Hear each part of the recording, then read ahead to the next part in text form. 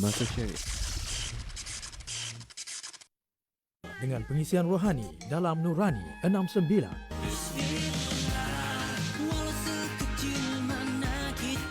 Nurani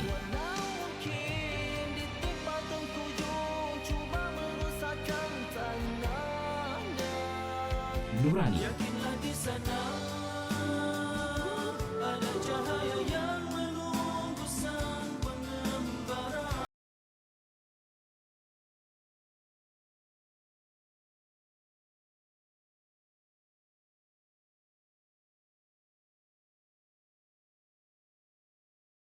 Dengarkan segmen Nurani 6 petang hingga 9 malam di Terengganu FM.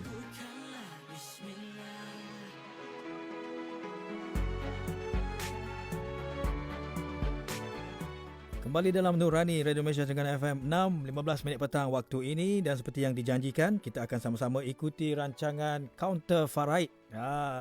Nama je berubah tapi pengisiannya masih sama, penceramahnya masih juga sama, tak berubah. Al-Fadil Ustaz Wan Abdul Halim Wan Harun yang akan bersama-sama membimbing kita berkenaan dengan ilmu faraid inilah, dan tajuk yang telah pun diberikan kepada saya, mendindingkan sebahagian ataupun terdinding sebahagian. Boleh belaka dua-dua tu Ustaz. Okey, kita bersama-sama dengan yang bahagia Ustaz. Assalamualaikum Ustaz. Waalaikumsalam warahmatullahi wabarakatuh. Apa khabar? Alhamdulillah. Baik. Alhamdulillah. Jangan-jangan sekali kita jumpa. Time kat dalam cuti, naiklah saya. Jadi sebenarnya Rudi, ini merupakan kali pertama ni, tahun baru. Dengan bagi saya. Baru mula? Ya.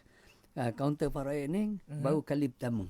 Sebab sebelum ni 2 minggu yang lepas bersama dengan Ustaz Syukri. Ya. Jadi saya kira yang pertama lah ni. Baru buka lah ni Counter Faraid kita. Nak mengucapkan lah juga selamat tahun baru kepada pendengar-pendengar kita lah. Betul. Sesuai lah dengan benda ni, tahun baru ni, rancangan kita ni diubah kepada Counter Faraid ya. Counter. Alhamdulillah lah. Semoga benda ni pendengar-pendengar kita lebih bersemangat lagi lah pada tahun baru ni. InsyaAllah.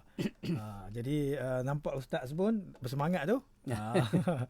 Jadi kalau kita saya rujuk pada tajuk pada petang ini tadi yang telah pun diberikan berkenaan dengan terdinding sebahagian ni. Jadi mungkin ada yang belum pernah dengar lagi. Jadi eloknya kita persilakan Ustaz untuk mukadimah lah pada petang ini. Dan kalau ada sebarang persoalan nanti kita akan beritahulah Ustaz bila kita akan buka soalan. Silakan Ustaz untuk mukadimah. Terima kasih Rudi. Assalamualaikum warahmatullahi wabarakatuh. Bismillahirrahmanirrahim. Alhamdulillah. Wassalatu wassalamu ala Rasulillah Sayyidina Muhammadin wa ala alihi wa sahbihi ajma'in. Subhanaka la ilma lana illa ma 'allamtana innaka antal alimul hakim. Rabbi shrah li sadri wa yassir li amri wahlul 'uqdatam min lisani yafqahu qawli. Pendengar-pendengar kita yang dirahmati Allah sekalian, alhamdulillah kita panjatkan kesyukuran kita ke hadrat Allah Subhanahu Wa Taala. Kerana yang pertama, benda ni kita masih lagi diberi benda ni apa tu orang kata, peluang masih benda ataupun berada dalam tahun baru tahun 2020 ni. Dan kita juga masih lagi diberi kesihatan yang baik untuk orang kata nak sambung lagi perbincangan kita ni, dapat datang ke konti dan tuan-tuan dan puan-puan pendengar kita dapat mengikutinya. Dan juga diberi kita orang kata kelapangan untuk sama-sama dalam nak bincangkan hukum-hukum faraid ni. Benar. Jadi macam tadilah saya ucapkan selamat tahun baru. Dengan tahun baru ni mudah-mudahan harta pusaka kita pun orang kata hak mana yang belum selesai lagi tu kita cuba untuk menyelesaikannya. Itu yang penting tu. Sebab kita bercakap dalam konteks harta pusaka. Jadi tuan-tuan dan puan-puan pendengar kita, untuk makluman lah sebelum kita masuk pada perbincangan kita ni, siapa-siapa yang berminat untuk benda ni nak mendengar lebih jelas lagi tentang hukum-hukum faraid ni, kita ada satu program pada 25 hari bulan 1 di Masjid Baru Sungai Rengas. Program ni dalam 3 jam setengah juga, bermula daripada 9 pagi sampai kepada 12 tengah hari. 12.30. Jadi banyaklah perisian situ. Kalau nak bertanya-tanya hak panjang-panjang tu bolehlah dia kalau datang ke situ ya. Ni terus tak ada rehat ke macam mana ni? Ni Adalah. kebiasaannya terus je. Terus je. Biasanya macam tu lah. Okey. Ya. Okey. Yang Okey. yang berminat tu memang tak ada alasan lagi lah. Kemudian kalau siapa yang berminat lagi, hak ni minat sungguh lah ni. 28 hingga 30 hari bulan 1 ni kita ada satu kursus faraid. Kursus asas faraid. Ni panjang masanya. 3 hari 18 jam. Ya. 3 hari 18 jam. Di mana? Kursus ni percuma saja tapi jauh sikit. Di Sabak Bernam, Selangor. Ya ke dalam Terengganu? Hak ni Terengganu sebab benda ni penganjur dia iaitu ILDAS, Institut Latihan dan Dakwah Selangor, dengan kerjasama MAIS, Majlis Agama Islam Selangor. Dia buat di di Sabak Bernam lah, di kampus pusat latihan ILDAS ni. Penyertaan dia terhad ke ni? Memang terhad. Kena cepatlah. 40 orang sahaja. Selalunya kursus-kursus yang saya bagi ceramah, kita tak mau ramai lah. Kita nak 40 orang je. Sebab kalau boleh orang yang masuk tu biar dia balik ada benda. Kalau dalam pengiraan tu saya tengok seorang-seorang. Okey. Boleh buat ke tak boleh buat, saya akan tengok seorang-seorang. Jadi siapa yang berminat tu bolehlah ya. Tengok Facebook saya pun ataupun kita type Google tu tengok ILDAS, kursus asas faraid. Jadi kita sambung lagi. Silakan Ustaz. Perbincangan kita. Sebenarnya tajuk ni adalah kesinambungan daripada tahun lepas. Ya, tahun lepas kita dah bincang dah pendindingan sebahagian ni iaitu suami, isteri dan ibu. 3 orang tu. Okay. Lepas tu sekarang ni petang ni saya cadang kita nak bincang pula tentang ayah, bapa kepada si mati. Bagaimana pewarisan dia? Baik. Asalnya ayah ni dia dapat ansabah. Ansabah tu maknanya kalau dia seorang dia dapat sepenuhnya. Ansabah macam mana? Rudi faham tak ansabah? Menghabisi. Kalau tak ada waris lain, dia dapat ansabah habis 100% dapat kat dia. Kalaulah dia bersama waris fardu ni antaranya iaitu ibu lah. Dapat ibu si mati.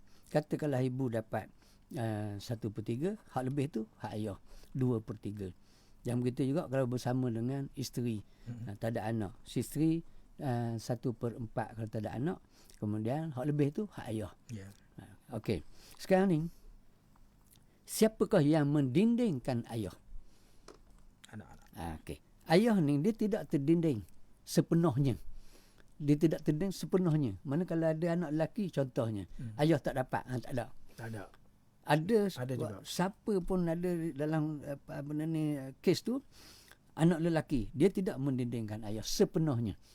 Anak perempuan dia tidak mendindingkan ayah sepenuhnya. Cucu tidak mendindingkan. Tak ada orang yang mendindingkan ayah sepenuhnya. Sebab tu ayah dipanggil sebagai waris utama. Dia tidak terdinding oleh sesiapa. Tetapi ada yang mendindingkannya, dinding sebahagian. Seperti yang kita sebut tadi. Terdinding sebahagian ya.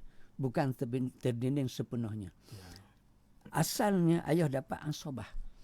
Tetapi keturunan ke bawahlah yang mendindingkan ayah daripada ansabah kepada fardu. Ini pelik sikit ni. Daripada ansabah kepada fardu sebanyak 1/6. Okey. Ansabah pergi ke fardu. Jadi keturunan ke bawah ni sebenarnya kuat. Anak-anak ni kuat. Macam kita dah bincang dulu. Suami suami si mati. Si mati meninggalkan suami. Kalau suami tu dia tak ada anak, suami dapat berapa? Rudi ingat tak ni? 1/2, 1/2. Oh, okey. Bagus. Rudi ingat lagi ya? Okey. Bagus tu. Maknanya asalnya suami dapat 1/2 bahagian. Ya. Tetapi oleh kerana si mati ada meninggalkan keturunan ke bawah, tak kiralah sama ada anak lelaki ataupun anak perempuan ataupun lelaki dan perempuan ataupun meninggalkan cucu. Ya. Sama ada cucu lelaki ataupun cucu perempuan. Asalkan ada keturunan ke bawah, suami dapat 1/4. Maknanya dia terdinding sebahagian itu. Itu maksud dia. Begitulah juga isteri. Ya. Seorang mati meninggalkan isteri tanpa anak. Bila tak ada anak, asal isteri dapat 1/4. 4. Jadi Tapi apabila isteri si mati ada meninggalkan isteri dan anak-anak, maka isteri akan terdinding sepenuhnya. Minta maaf. sebahagian. Si isteri terdinding sebahagian. Saya. Daripada 1/4 dia terdinding separuh jadi 1/8. Ya. Maka kita bincang di sini ayah si mati asal dia ni mendapat ansabah. Apabila si mati ada meninggalkan keturunan ke bawah, maka ayah akan mendapat 1/6. Cuma ayah ni dia pelik sikit. Nak tengok anak tu keturunan ke bawah tu lelaki ke perempuan. Okay. Kalau keturunan ke bawah tu lelaki, ayah dapat 1/6. Baik. Okay. Sekiranya keturunan ke bawah tu perempuan sahaja, sama ada anak perempuan ataupun cucu perempuan, ayah mendapat 1/6 campur ansabah. Pelik sikit ayah ni. Dalam kes faraid ayah pelik sekali. 1/6 campur ansabah. Maksudnya mula-mula bagi kepada ayah fardu 1/6. Ada lebih tak kes tu? Kalau ada lebih, hak lebih tu beri ke ayah. Okey. Contoh. Contoh. Si mati meninggalkan seorang anak perempuan dan meninggalkan ayah. Waris lain tak ada. Okey. Anak perempuan dia dapat fardu. Berapa? Rudi kena gini ni. Tak ingat. Kenapa? Anak perempuan bila seorang setengah. Setengah 1/2. Ni, ingat balik tu. Okey. Si mati meninggalkan seorang anak perempuan dapat setengah. Waris lain tidak ada. Jadi meninggalkan anak perempuan dan ayah. Baik. Anak perempuan dapat setengah. Ayah dapat 1/6. Campur ansabah. Sebab keturunan ke bawah tu perempuan sahaja. Jadi beri pada ayah 1/6. Anak perempuan 1/2. 3/6.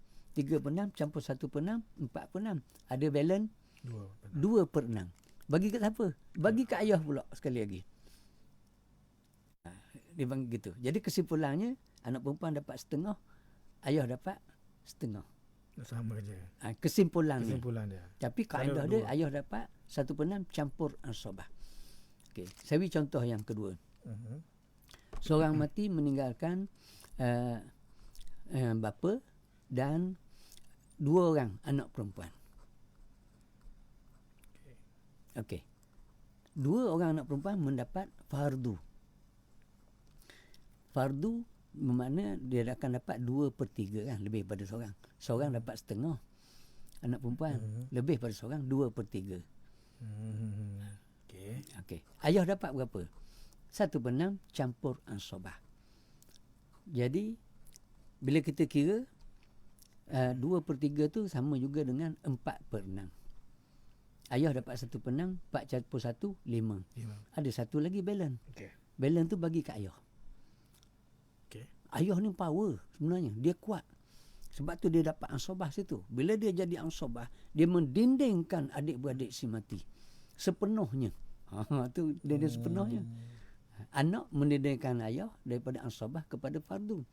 Tapi ayah pula dengan adik-beradik mendindingkan sepenuhnya. Bila ada ayah, adik-beradik terdinding sepenuhnya, tak dapat langsung. Tu kata ayah ni kuat. Bila ada adik-beradik perempuan, anak perempuan, bila ada anak perempuan, ayah dapat fardu 1/6. Tapi hak lebih tu bagi ke ayah pula. 1/6 campur ansabah. Gitu. Jadi tuan-tuan dan puan-puan, hak inilah orang kata sipil, kaedah ataupun formula Saya. yang perlu kita hafal. Ayah mempunyai 3 kaedah. Baik. Asalnya ayah simati ni, bila kita sebut ayah tu, ayah simati lah ya. Ayah simati ni asalnya dia mendapat ansabah. Dia kuat. Ansabah ni kalau dia seorang habis dapat ke dia 100%. Tetapi pendindingnya ialah keturunan ke bawah. Anak laki, anak perempuan, cucu laki, cucu perempuan. Apabila ada keturunan ke bawah, berubahlah kaedah bapa ni daripada ansabah kepada fardu. Dan fardu dia adalah 1/6. Dia satu tu je, 1/6. Tetapi nak kena tengok pula sama ada anak lelaki ataupun anak perempuan, keturunan ke bawah ni, atau cucu lelaki, cucu perempuan. Kalau cucu tu lelaki ataupun anak tu lelaki, ayah bapa si mati akan dapat 1/6 sahaja. Yang lebih tu anak lelaki. Anak lelaki dia kuat lagi berbanding dengan ayah. Kemudian sekiranya keturunan ke bawah tu sama ada anak tu perempuan ataupun cucu tu perempuan, yang lelaki tidak ada, maka ayah si mati ni akan mendapat 1/6 campur ansabah. Tapi dia benda ni orang kata keturunan ke bawah tu boleh kata kuat lah dalam setiap kes ni, sama ada anak lelaki ataupun anak perempuan. Yang paling kuat anak lelaki sebab dia ansabah. Kalau ada anak perempuan, bahagian dia pun banyak. Kalau dia seorang dia dapat setengah, kalau lebih daripada seorang dia dapat 2/3. Jadi itulah kita saya rasa untuk petang ni lah ya. Tu Rudi. Ya, saya. Lepas ni tak apa, kita buka untuk bagi peluang lah. Sebab nak tengok kaunter kita macam mana hari ni. Ada dah. Ada Ada pelanggan dah. Dah. Baiklah, hubungi kami 6235 330 6238 330 jika anda ada sebarang kemusykilan. Assalamualaikum. Waalaikumsalam. Ni orang Kelantan ni. Oh, Kelantan nak tanya Ustaz. Orang Kelantan. Siapa dia? Ayub tak? Oh, Kok Lana. Kok Lana. Silakan Ayub soalannya kepada Ustaz. Assalamualaikum Ustaz. Waalaikumsalam warahmatullahi wabarakatuh. Oh, nak tanya tak tanah seka. Isteri mati boleh berapa kajah tu, boleh banyak mana suku ekar ke? Tanah berapa ekar tu? Seka. Tanah 1 ekar. Okey, kemudian yang matinya siapa dia? Isteri yang mati. Isteri mati. Meninggalkan siapa dia warisnya? Suami ada.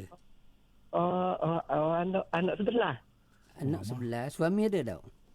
Suami ada. Suami ada. Yang mati tu, yang perempuan mati meninggalkan suami dan anak sebelah orang. Anak sebelah. Boleh banyak mana ke kajah dia? Ayah dia suami ni. Agak-agak berapa? Tak tahu. Tanya. Okey, dengar dah ya dah.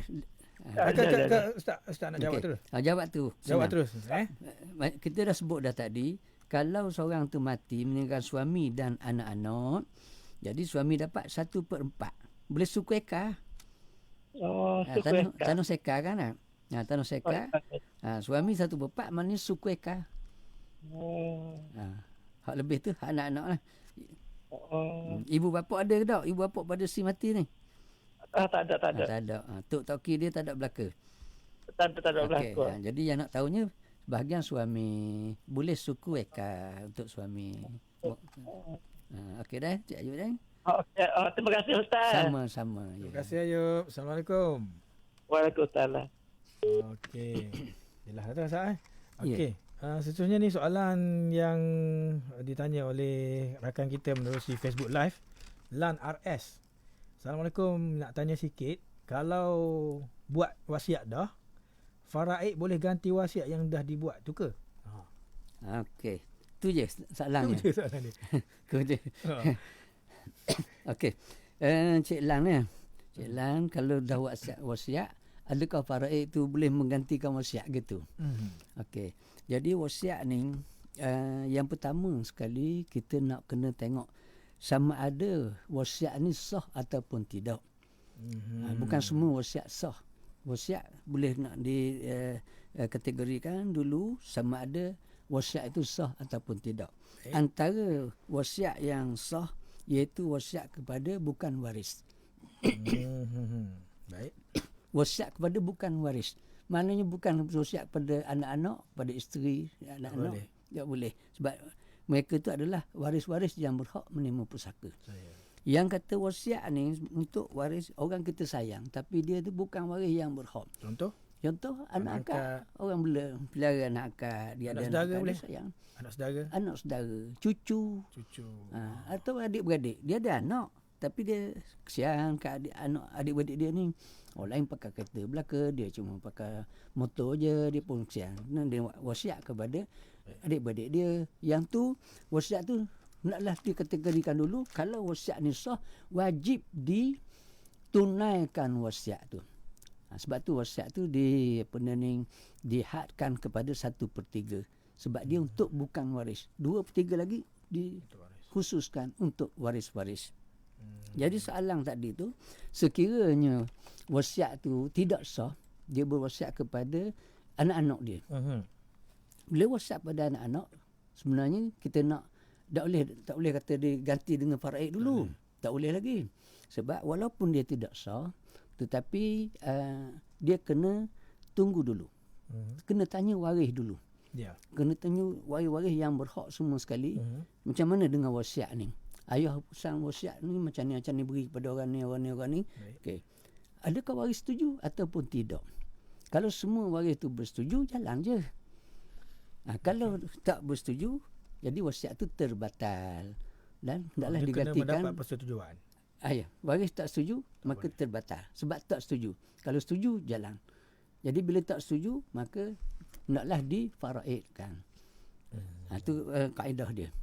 Jadi kalau soalan tadi memang soalan secara umum tu, mana kita tengok dulu kesimpulannya, sama ada wasiat itu sah ataupun tidak. Kalau sah, wajib ditunaikan.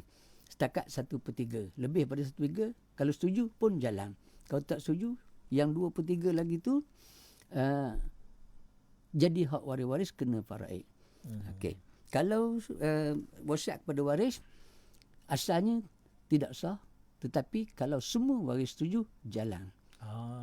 Boleh ditunaikan. Kalau tak setuju, maka kembali kepada hukum faraid. Rasa jelas dah tak? Jelas dah. Okey. Okey, seterusnya pemanggil kita. Assalamualaikum. Waalaikumsalam. Siapa dia tu? Ni Zainab dari Bukit Besar. Puan Zainab dari Bukit Besar. Bukit Besar. Ada bergema sikit ni dekat bukit ni. Jauhkan sikit Puan Zainab dari radio. Okey. Terima kasih. Ada lagi tu gema tu. Boleh perlahankan radio sikit Puan Zainab? Tutup dah. Okey. Silakan soalannya kepada yang berbahagia Ustaz. Soalan dia macam ni Ustaz. Mak saya masih hidup. Lepas tu anak saudara saya adalah janji dengan mak saya nak beli gelang dia yang berat ni lebih kurang 20 amah. Lepas tu dia bayar duit 1,000. Dia kata nak beli dengan harga 2,000 nak bayar ke mak saya. Lepas tu mak saya tanyalah mak saya kata mana ada kata duit tu dah aku dah ambil. Mu yang pegang kata. Jadi aku tak mampu kalau nak bayar aku dalam 4-5 ribu aku nak Ya. Jadi sekarang ni adik saya kot lelaki tu tahu. Jadi adik saya kata, apa nak beli? Yang buah nak 2,000 kita nak bayar. Bayar 2,000. Nak bayar 1,000 ditambah. Mana boleh gitu kata. Tak boleh kata. Jadi saya ni duduk antara dua. Nak beri ataupun tak. Sebab barang semasa dengan saya. Mak ada lagi. Ya. Okey. Masa hidup. Lepas tu satu lagi soalan. Macam pemberian tanah ni. Masa adik saya hidup, mak saya beli tanah. Tanah tu nama mak lah. Lepas tu dia kata siapa yang beli? Adik beli. mak saya beli. Mak beli tanah. Jadi dia bubuh atas nama adik, bukan bubuh atas nama mak Lepas tu dia kata dia nak pergi ke adik yang mati tu. Adik tu tak ada anak, tak ada suami. Lepas tu dia tak mau beri tu lah, dia ambil balik. Baik. Lepas tu tanah tu boleh dikatakan nama dia ataupun tak sah nama dia. Dia tu siapa tu? Nama dia tu nama siapa tu? Puan Zainab. Tanah tu nama mak dia. Nama mak. Niat nak bagi ke adik, tapi adik dah meninggal. Adik dah meninggal. Jadi mak ni dia ada buat surat kepada penulis tu, menyatakan nak adik tu. Surat penulis je diberi, tapi tanah tu nama mak. Lepas tu saya tanya kat jabat lawyer tu kata dah adik pergi dok masa nak buat betul nak persuh nama tu dia. Dia kata dok mak saya je pergi seorang, saya kata. Adik saya dok pergi. Dan macam mana nak kira tanah tu boleh ke mak saya ambil balik? Komplikasi. Okey. Okey dah. Okey. Nanti dengar jawapan nanti Puan Zainab. Okey. Okey. Okey, jadi Puan Zainab ada 2 soalan ni. Soalan yang pertama, mak masih hidup lagi. Anak saudara nak beli gelang tu dengan mak. Jadi nak beli gelang tu bayar 1,000. Tak? Dia nak beli dengan harga 2,000. Dia nak beli dengan harga 2,000. Tak tahulah dia bincang macam mana dengan mak ni. Mak setuju ke tidak dia nak beli dengan harga. Dia nak beli tu. Okay. Sebab dia persetujuan antara pembeli dengan penjual. Baik. Kalau pembeli setuju dan penjual pun setuju, jalanlah. Tapi dalam keadaan ni nampak ada orang ketiga pula macam gelang tu ataupun barang kemah gelang tu duduk dengan Zainab.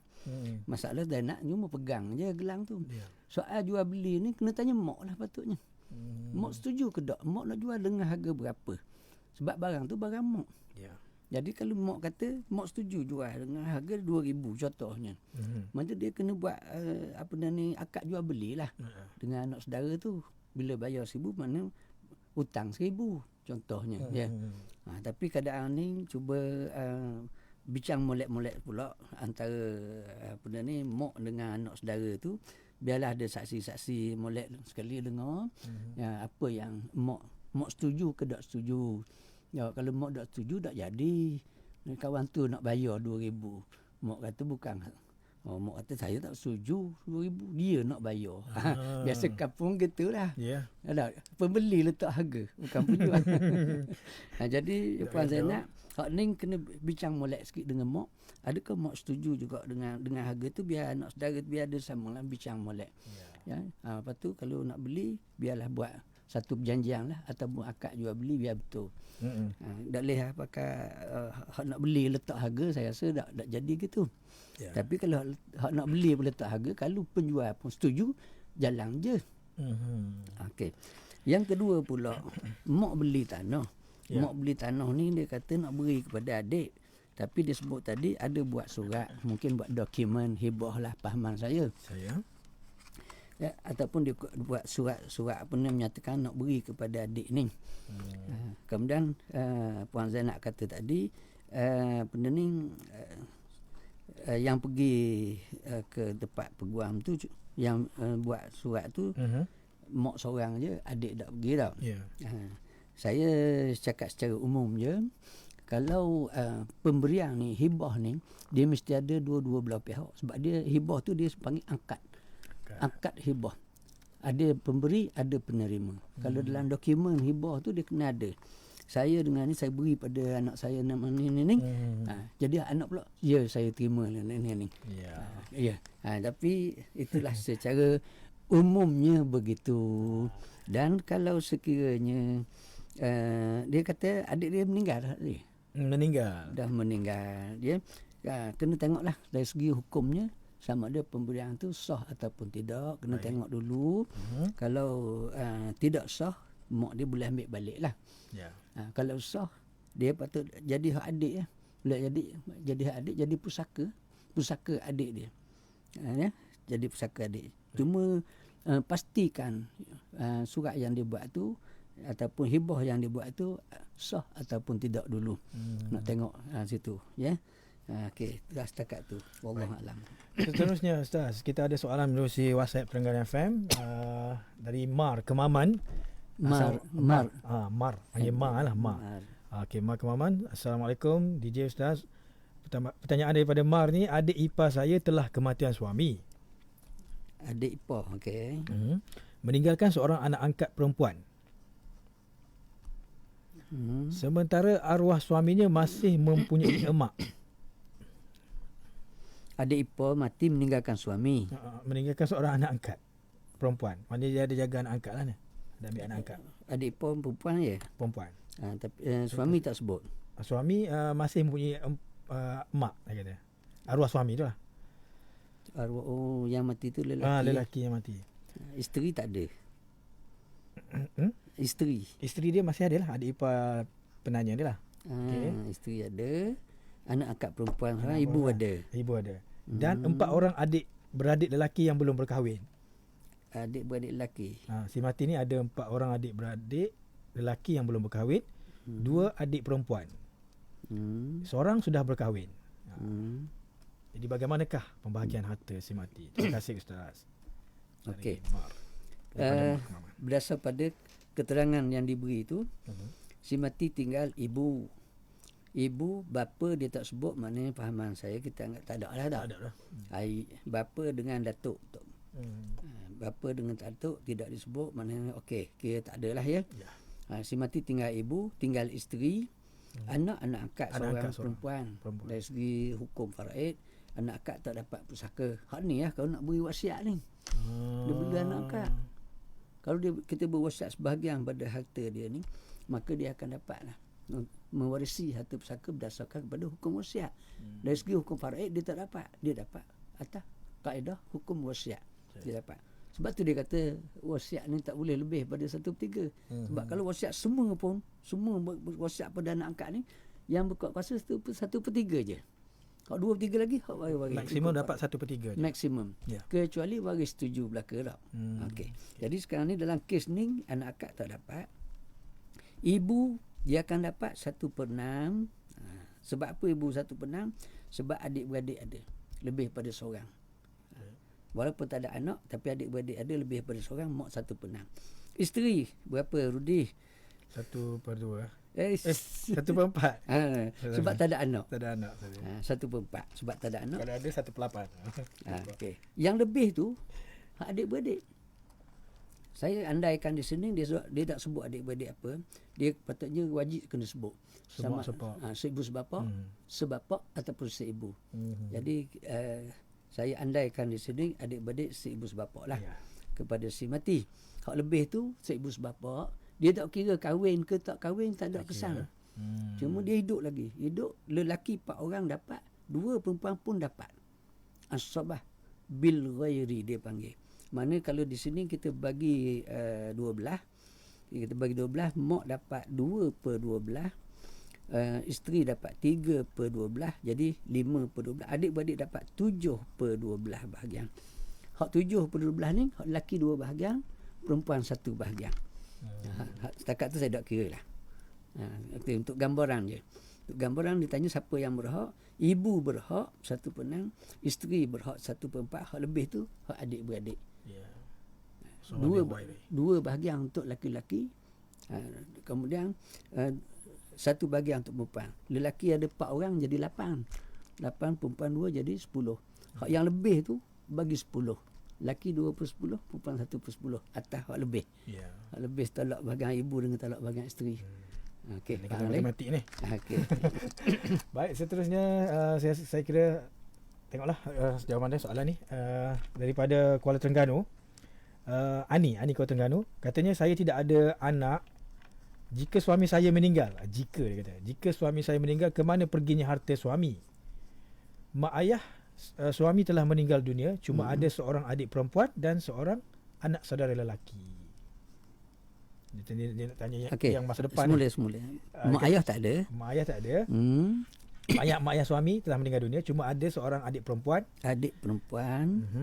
Ya. Dan seorang anak saudara lelaki. Adik perempuan, anak saudara lelaki. Mungkin anak adik dia kot. Okey. Anak saudara lelaki ya. Ha. Okey, siapa yang berhak? Ya. Kalau soalan tu kalau.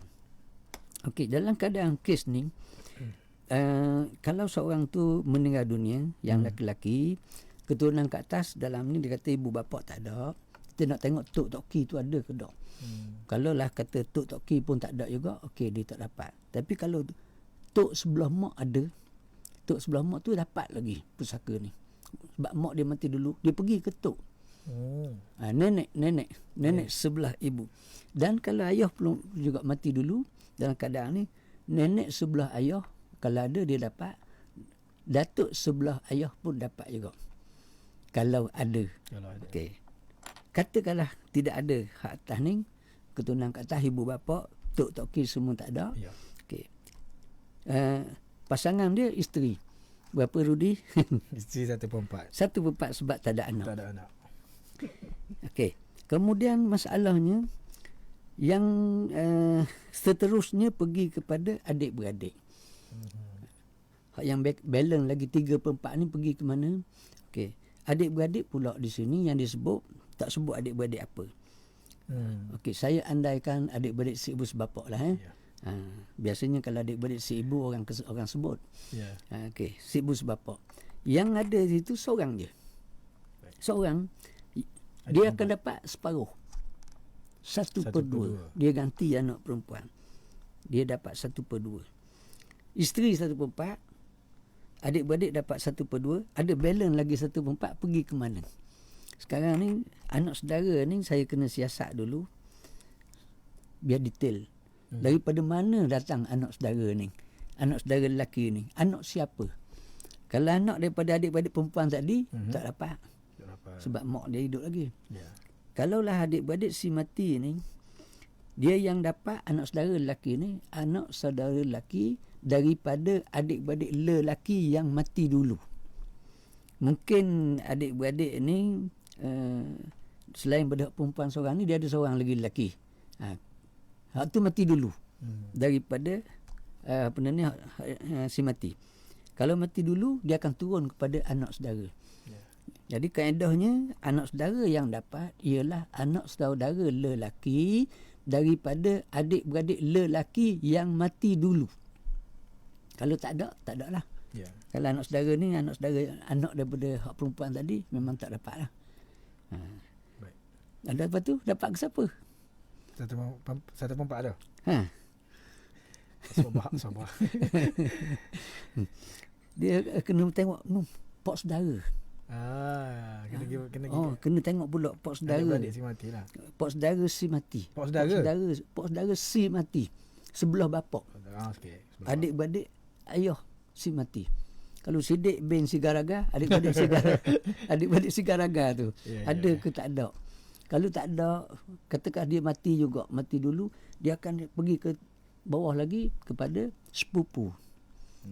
Sepupu kepada si mati. Antaranya lah. Okey, wallahu a'lam ya. Baiklah, ini soalan yang terakhir Ustaz. Daripada Muhammad apa ni? Muhammad Wakedi bin Rashid. Okey. Kata dia, adakah sah pembahagian pusaka jika sekiranya semua pewaris bersetuju membahagikan harta pusaka dengan sama rata? Si mati meninggalkan anak lelaki dan perempuan. Soalan macam umum. Okey. Okey. Asal pembahagian Cik Muhammad ni, asal pembahagian adalah mengikut hukum faraid. Asalnya bila berlaku je kematian, kalau anak lelaki berapa orang? Anak lelaki 3, anak perempuan 2. Contoh. Bagi berapa Rudi? Anak lelaki 1/2 lah. Dah. Anak lelaki 2 bahagian. 2 bahagian. Okey, kena ingat 2 bahagian. Okay. Anak lelaki berapa saya sebut dia? Anak lelaki 4 kan? Anak lelaki 4. Anak lelaki 4 orang, anak perempuan 2. Tak. Anak lelaki 4, anak perempuan 2. Asalnya naklah dibahagikan mengikut hukum faraid. Asalnya. Jadi dia bagi berapa? Lelaki 2 bahagian, kalau 4 orang 8. 8. Perempuan 2, jadi 8 campur 2, 10. Okey. Anak lelaki akan dapat 2/10, anak perempuan akan dapat 1/10. Kalau 100,000, ambil contoh 100,000, orang lelaki akan dapat 20,000, orang perempuan dapat 10,000. Ya. Nah, tak? Okey. Jadi kalaulah dipersetujui oleh semua sekali itu supaya dibahagikan sama banyak. 100,000 bahagi dengan 6 orang. Tiap-tiap seorang akan dapat RM16,666. Apa makna dia? Kena faham dulu. Cik Muhammad kena faham dulu. Cik Muhammad lelaki. Okey. Sepatutnya mengikut faraid Cik Muhammad akan dapat 20,000. Cik Muhammad kata saya setujulah bagi sama banyak tak apa. Bila bagi sama banyak, Cik Muhammad akan mendapat RM16,666.66. Bermakna kurang di situ 3,333 RM3,333.33. Hak ni bermakna orang lelaki, seramai 4 orang lelaki ni, tiap-tiap seorang tu bersetuju ambil bahagian dia sebanyak RM3,333 beri pada yang perempuan. Setuju? Jalan. Biar faham gitu. Bila faham gitu, hak lelaki akan dapat pahala. Mana dia hibahkan sebahagian pada hak dia beri ke perempuan. Itu maknanya bagi sama. Bila faham dapat pahala. Kalau tak faham, jalan tapi pahala tak ada. Faham tak? Kena tahulah. Patut dapat banyak, tapi bila bagi sama dapat sikit. Tapi bila lelaki tak faham, tak apalah, adik-beradik kita belaka kita pun bagi sama banyak boleh. Cuma dari segi pahala untuk orang lelaki-lelaki itu dia tak dapat lah, sebab dia tak faham apa yang sebenarnya bagi sama ni. Kalau dia faham asal faraid saya dapat 20,000, oleh kerana bagi sama banyak ni saya akan dapat semua 16,000 je. Yang kurang tu maknanya saya hibahkan kepada adik-beradik perempuan saya. Dapat 2 pahala orang lelaki. 1 pahala hibah kepada adik-beradik perempuan, yang kedua pahala silaturahim, mengeratkan hubungan silaturahim. Jadi hak ni lah orang kata menambahkan keberkatan dalam pembahagian pusaka bila kita faham. Bila tak faham masalah sikit, bukan masalah macam mana. Sebab setengah tu ada seorang tu 2 tahun dah bagi pusaka. Lepas 2 tahun dia mari ke pejabat saya, ustaz dia kata, saya nak tanya sikit, dulu bagi pusaka ayah saya kita bagi sama banyak. Saya setuju, tapi saya dengar cerita biasa kan orang lelaki lebih pada orang perempuan ada. Baru nak faham. Patut dia kata orang lelaki dapat lebih berbanding dengan orang perempuan. Patut lelaki dapat 2 bahagian. Jadi mana dia tak faham apa yang dibuat dulu. Jadi dah nak macam mana? Maknanya dia tak ada pahala, tak ada lah. Bahagian dapat sikit, pahala tak ada. Sebab dia setuju, jalan je. Kan? Cuma nak menambahkan lagi keberkatan tu biar faham oleh. Wallahualam. Ilmu tu penting Ya, saya. Ya, baiklah, kita nampaknya dah di penghujung pertemuan. InsyaAllah ada peluang, ada ruang kita bersama-sama lagi. Bila tu Ustaz? InsyaAllah minggu depan. Minggu depan insyaAllah. Ya, baiklah. Alhamdulillah, permulaan yang baik pada hari ini dengan topiknya iaitu terdinding sebahagian. Bukan terdinding sepenuhnya, sebahagian. Ayah sebahagian ya. Okey, ayah je lah ya maknanya. Ayah si mati lah. Okey, jadi kaunter faraid berakhir di sini. Sebelum tu kita persilakan yang berbahagia Ustaz Wan Abdul Halim Wan Harun untuk doa penutup kita. Silakan. Ya, bismillahirrahmanirrahim. Alhamdulillahirabbil alamin wa bihi nasta'in. Allahumma akhrijna min zulumatil wahmi wa akrimna binuril fahmi waftah alaina bima'rifatil ilmi wasahhil lana abwaba fadlik wa atmim lana nurana ya arhamar rahimin walhamdulillahirabbil alamin. Amin ya rabbal alamin. Terima kasih Ustaz. InsyaAllah kita jumpa lagi Ustaz. Assalamualaikum. Waalaikumsalam warahmatullahi wabarakatuh.